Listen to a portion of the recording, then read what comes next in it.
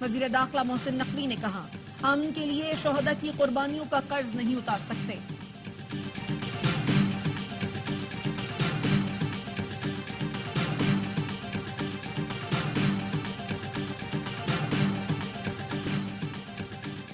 ستائیسویں ترمیم نہیں آنے دیں گے، بھرپور مزاحمت کریں گے، حکومت میں جانے کا کوئی ارادہ نہیں، قومی حکومت کی کسی تجویز کا علم نہیں۔ جمعیت علماء اسلام کے سربراہ مولانا فضل الرحمان کہتے ہیں انتخابات غلط ہوئے، دوبارہ ہونے چاہیے۔ وفاق پر چڑھائی کا تاثر ملک کو تقسیم کرنے کے برابر ہے، ایک صوبے کو دوسرے سے لڑانا غیر سیاسی سوچ ہے، کسی سیاستدان کے خلاف مقدمات کے قائل نہیں، جلسے جلوسوں پر تشدد اور سیاسی کارکنوں کی گرفتاری نہیں ہونی چاہیے۔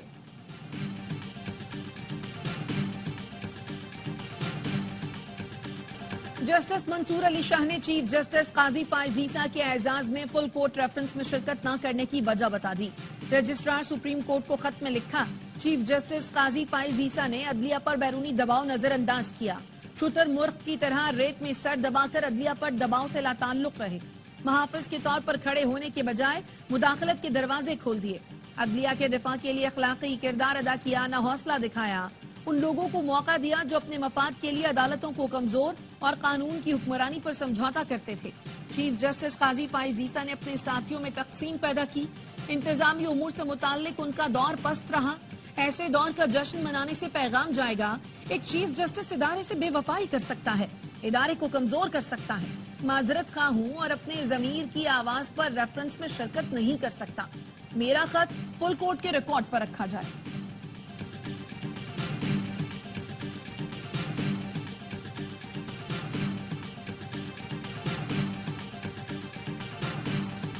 فل کورٹ ریفرنس میں شرکت کرنے اور شرکت نہ کرنے والوں کا شکریہ۔ چیف جسٹس قاضی فائز عیسیٰ کا فل کورٹ ریفرنس سے خطاب، کہا ہو سکتا ہے ہم نے بے پناہ غلط فیصلے کیے ہوں، کاغذ کے ٹکڑوں پر جو لکھا ہوتا ہے وہ ایک پارٹی کو فائدہ دیتا ہے، دوسرے کے خلاف ہوتا ہے، سچ کیا ہوتا ہے یہ اللہ جانتا ہے، ہم تو کاغذوں پر چلتے ہیں۔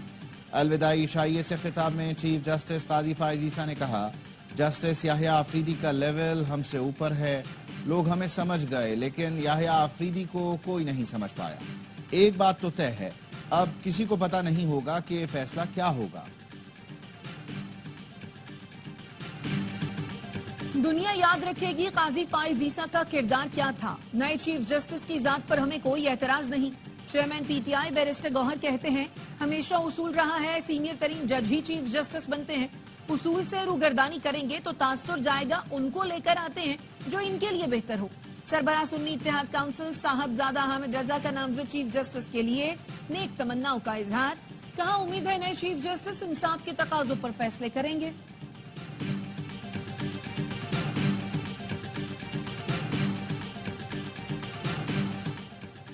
نئے چیف جسٹس جسٹس یحییٰ آفریدی کی تقریب حلف برداری کل صبح 11 بجے ہوگی۔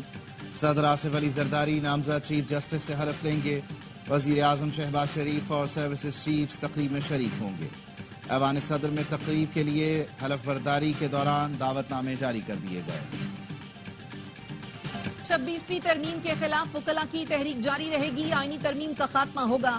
صدر Lahore high court bar Asad Manzoor but کا لاہور ہائی کورٹ بار کے جنرل ہاؤس اجلاس سے خطاب، سابق نائب صدر لاہور ہائی کورٹ بار ربیہ باجوہ نے کہا قوم کی جوڈیشل ڈکٹیٹر سے جان چھوٹ چکی ہے، قاضی فائز عیسیٰ اور چیف الیکشن کمشنر کے خلاف آرٹیکل 6 کی کارروائی ہونی چاہیے۔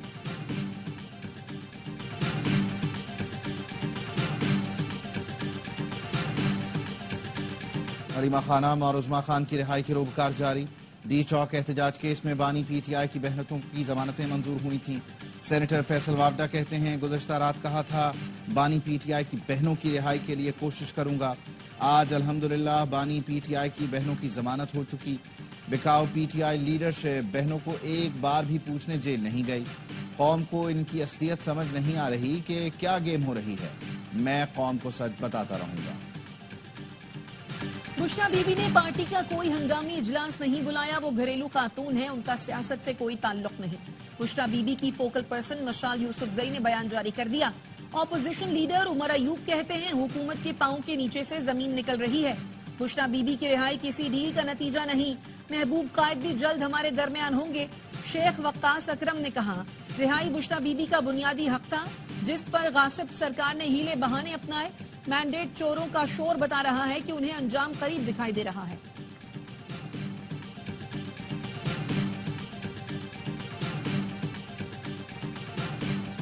اسرائیلی لابنگ فرمز اور حکومت پی ٹی آئی کی سپورٹ جاری رکھے ہوئے ہیں. اسرائیلی جریدوں نے بانی پی ٹی آئی کے بارے میں لکھا، میڈیا نے حمایت کی. وزیر اطلاعات سندھ شرجیل انعام میمن کہتے ہیں مختلف ملکوں میں بانی پی ٹی آئی کے حق میں قراردادیں لائی جا رہی ہیں. گولڈ سمتھ فیملی بانی پی ٹی آئی کے لیے جو کر رہی ہے سب کو معلوم ہے. 26ویں ترمیم کے مسودے میں پی ٹی آئی والے بھی بالواسطہ شامل تھے. مزید بتایا، ہم پاکستان کی پہلی ای وی ٹیکسی شروع کرنے جا رہے ہیں. کراچی میں ڈبل ڈیکر بسیں بھی چلیں گی.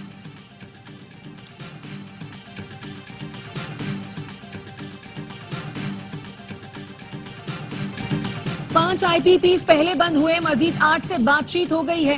بہت جلد قوم کو اس حوالے سے بڑی خوشخبری دی جائے گی. وفاقی وزیر اطلاعات عطا تارڑ کہتے ہیں مزید 8 آئی پی پی سے معاہدے فائنل ہو گئے ہیں.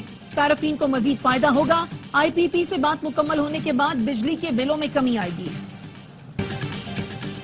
وزیر اعلیٰ پنجاب مریم نواز سے بیلجیم کے سفیر کی ملاقات. باہمی تعاون کے فروغ اور تعلقات کو مزید مضبوط بنانے پر تبادلہ خیال.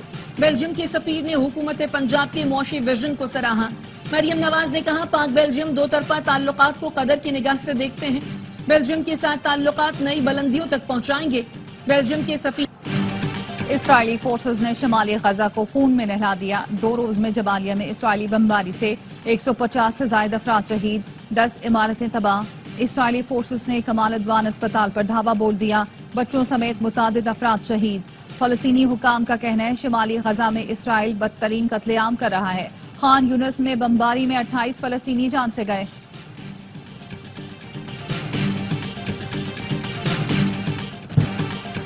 غزہ میں جنگ بندی کے لیے پھر مذاکرات ہوں گے. دوحہ میں امریکی اور قطری وزیر خارجہ کا جلد مذاکرات کا اعلان. اسرائیلی وفد اتوار کو قطر کا دورہ کرے گا. حماس کی جنگ بندی اور قیدیوں کی رہائی کے لیے اسرائیلی فوج کے غزہ سے مکمل انخلا کی شرط. حماس رہنما اسامہ حمدان نے کہا ہماری پوزیشن میں کوئی تبدیلی نہیں آئی. اسرائیل کو یرغمالی اسی صورت میں واپس ملیں گے جب وہ غزہ پر جارحیت ختم کر کے اپنی فوج کا مکمل انخلا کرے گا.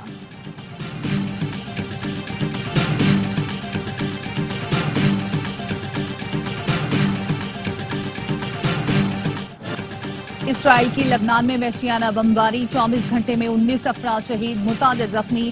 جنوبی لبنان میں 3 صحافی شہید ہوئے. اسرائیلی طیاروں نے رات بھر 12 مقامات پر بمباری کی. بیروت میں 2 عمارتیں تباہ. فرانسیسی صدر کا لبنان میں فوری جنگ بندی کا مطالبہ.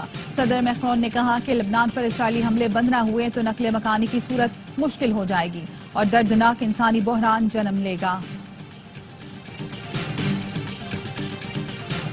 روسی صدر نے مشرق وسطی میں تنازعات کے خاتمے کے لیے مدد کی پیشکش کر دی. پیوٹن نے قازان میں برکس اجلاس سے خطاب میں کہا مشرق وسطی کا بحران تاریخ کا خونی بحران بن گیا ہے. غزہ میں جنگی کارروائیاں لبنان تک پھیل گئیں. اسرائیل اور ایران کے درمیان کشیدگی نے خطے کو مکمل جنگ کے دہانے پر کھڑا کر دیا. روس کا اعلیٰ سطح کا وفد اسرائیل پہنچ گیا. اسرائیلی وزیر اعظم سے ملاقات متوقع. امریکی انتخابات میں 10 روز باقی. قبل از وقت ووٹنگ میں 3 کروڑ امریکی ووٹ کاسٹ کر چکے. امیدواروں کی مہم زوروں پر. کیملا ہیرس کی جارجیا میں ریلی، اوباما کی شرکت. معروف گلوکار بینڈ نے پرفارمنس دی. 23 نوبل انعام یافتہ افراد نے کیملا ہیرس کی حمایت کر دی. ڈونلڈ ٹرمپ کی نیواڈا میں ریلی، کہا تاریخ کی سب سے بڑی سیاسی تحریک چلا رہا ہوں. ریلی میں مہنگائی سے نمٹنے اور غیر قانونی تارکین وطن کے خلاف کریک ڈاؤن کا وعدہ کیا گیا.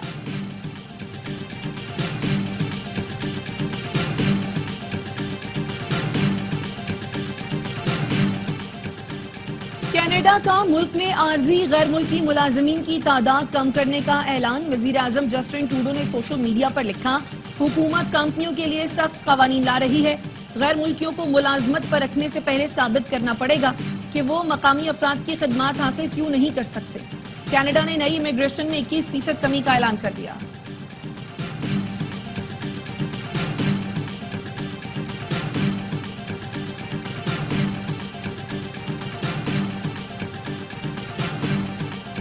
متحدہ عرب امارات میں گرد و غبار کا طوفان. شارجہ میں سڑک کے قریب مٹی کا بگولا. شہری نے منظر کیمرے میں محفوظ کر لیا.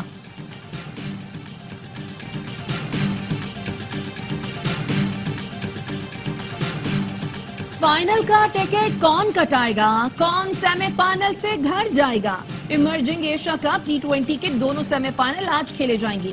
دوپہر 2 بجے دفاعی چیمپئن پاکستان شاہینز اور شری لنکا ٹکرائیں گے۔ شام 6:30 بجے بھارت اور افغانستان میں جوڑ پڑے گا۔ ایونٹ کی چیمپئن کا فیصلہ اتوار کو ہوگا۔